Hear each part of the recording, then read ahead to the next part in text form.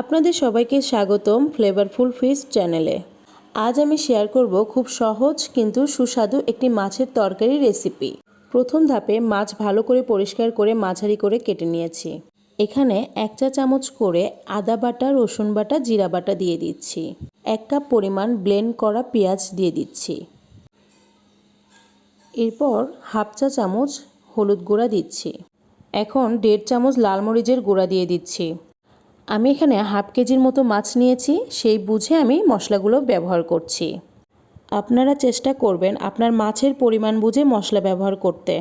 এরপর স্বাদমতো লবণ দিয়ে হালকা একটু সয়াবিন তেল দিয়ে ভালো করে মেখে নিচ্ছি।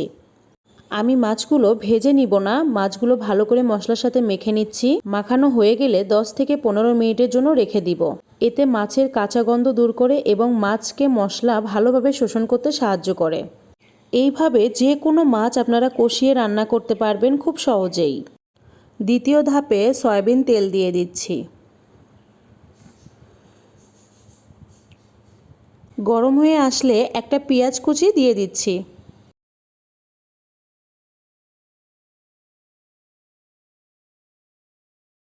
পেঁয়াজ হালকা সোনালি কালার আসতেই আমি এখানে তেজপাতা আর একটু আস্ত জিরা দিয়ে দিচ্ছি।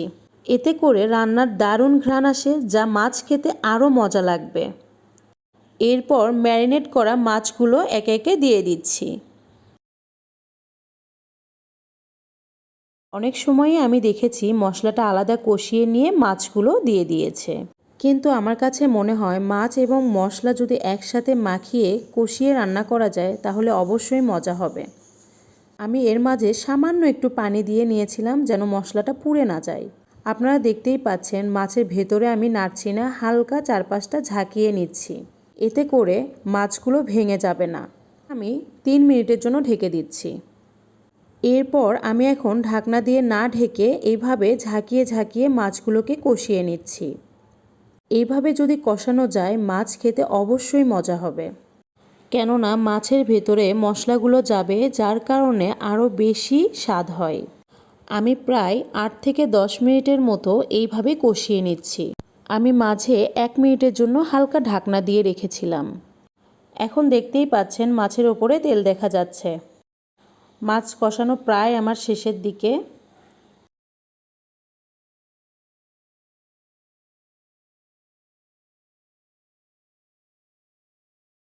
এরপর আমি 2 কাপ পরিমাণ পানি দিয়ে দিচ্ছি।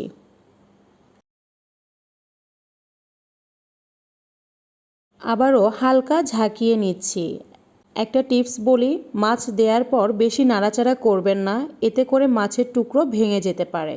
এখন আমি ঢাকনা দিয়ে ঢেকে 10 থেকে 12 মিনিটের জন্য রান্না করব। এরপর দেখতেই পাচ্ছেন ঝোলগুলো অনেক কমিয়ে এসেছে।